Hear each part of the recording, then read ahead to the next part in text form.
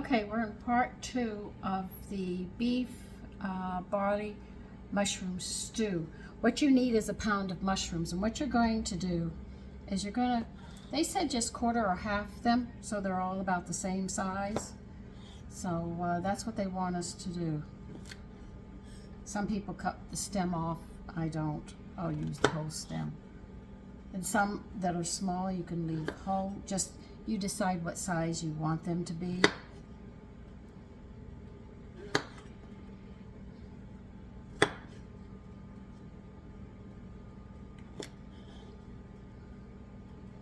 Yeah, that's small. And if you have a really large one, quarter it, which means half it, like that. Oh, I didn't show you. Half it, that's what they call a quarter. You can half them. If they're small, you can leave them whole, but you want them pretty much about the same size. Is what they're striving for the stew. And it's almost been an hour, so I'm sort of having to rush a bit. Now see, this is a little one. I'm just going to leave the whole thing whole.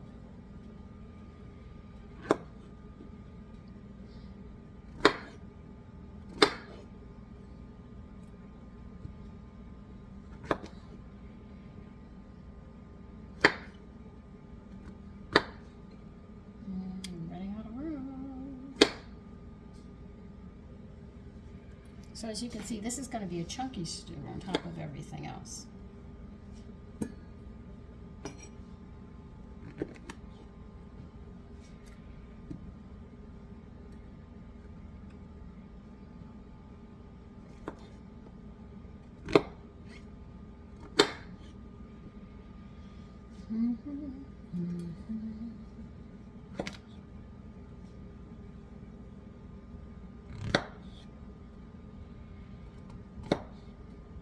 I know some of you must wonder, am I going to ever open a restaurant or something? No. Cooking for people isn't really possible.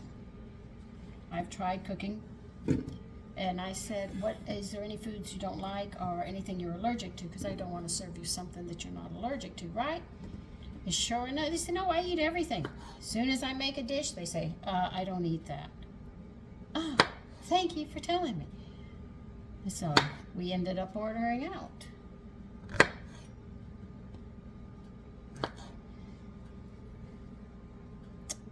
That's fine. That one's fine.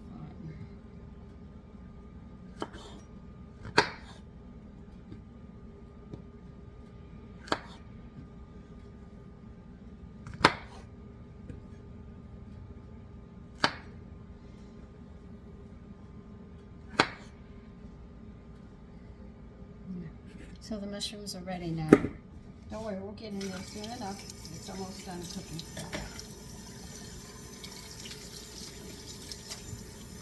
I was running to clean the dishes up in a hurry. Haven't cleaned the counter up and stuff, but I got most of the dishes done. Only have like a couple more to do and that's it.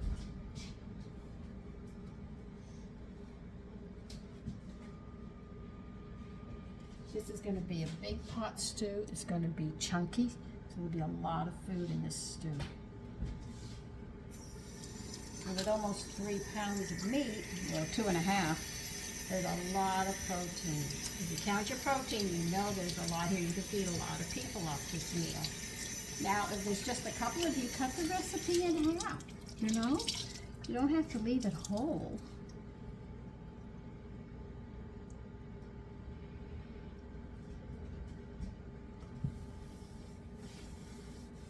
Because you know, you were cooking for just your husband and you, and then the next thing happens is you have children, so you increase and then you increase and increase. So as you get older and as the family grows, you start cutting back.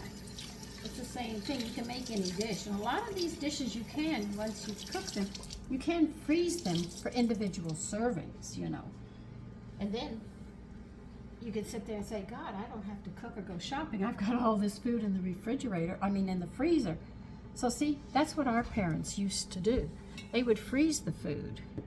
My mother bought metal dinner trays, like we used to get at school, the metal ones. and she would pack them and freeze them for us. So some nights we'd have frozen dinners, and that's what we called them, but they were homemade. It was everything that she made. She might have to make bread or rolls or something like that, but the majority of the meal was already made. She never put the dessert with it, and she never put salads in it, you know, things like that you can't freeze. But she could make a dessert and know that we would have frozen dinners that night. Then companies started making frozen dinners because women were doing it, and they took that away from us as well. But that's how we got rid of our leftovers. So there was no waste. I don't have leftovers. My son eats everything.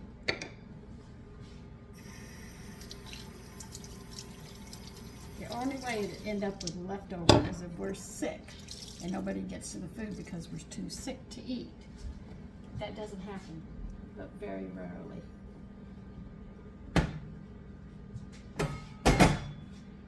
Just cleaning my mess up, nothing more, as I talk with you. So as you can see, life has changed a lot. So a lot of these things you buy in the store and all, we were doing, and they took it away from us. And then they put preservatives in it. Now you know you're not going to put chemicals into your family's food because you care for them, you love them, you don't want to kill them.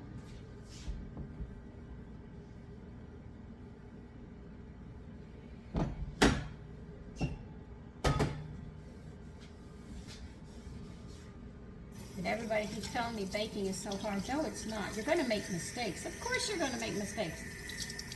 If you haven't seen some of my blenders, you never will. Some of them are so bad, I don't show them. But I showed you the meatloaf. I said something was telling me, don't put it in this, don't put it in this. I didn't, it fell apart. I was not happy. I was not a happy camper, as they said. Okay, I cleaned my mess up. And now it's time to get it out. I'm going to move it to the stove because it's very hot. Okay?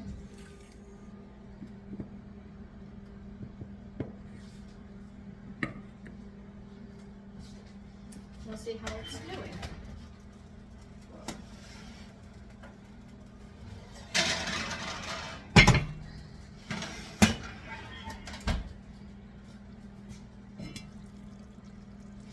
There it is. And now we're going to put the mushrooms in it and stir them around.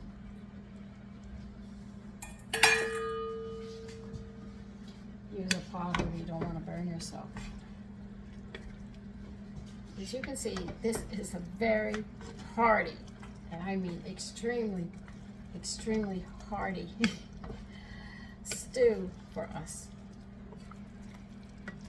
You could make this on those cold days where you're at single digits, and all you have to do is do some bread, you know, or rolls, or biscuits, right, whatever you want. Well, it's got barley in it. I wouldn't use rice. But the thing is I get some bread to enjoy this. Mix it up, and we're going to put it right back in that oven and bake it another 30 minutes. And this stew, which is a rich one, will be done.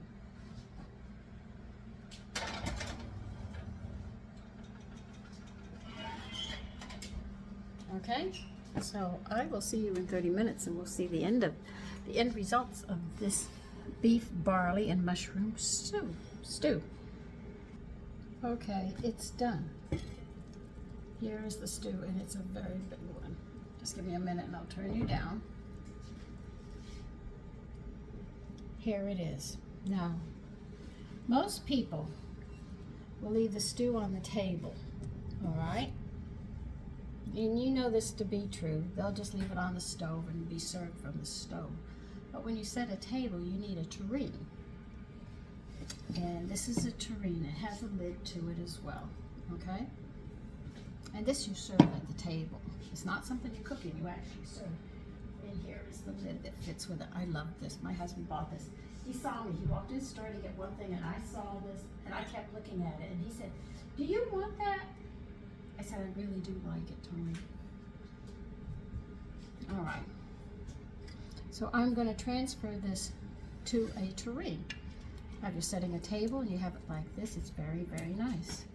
And you serve it with a ladle as well.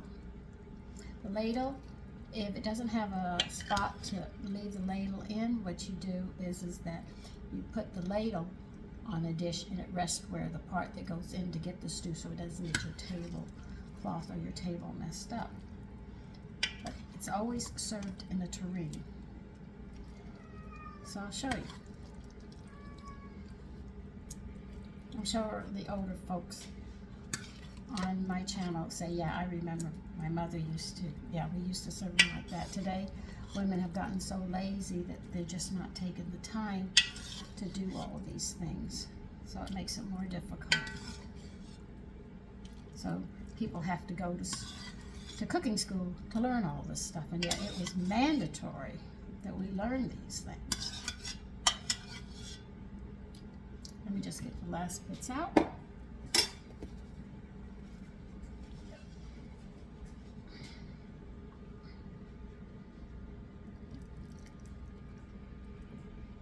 This is going to have to sit on the stove. It is so hot. You cannot wash it till it cools down.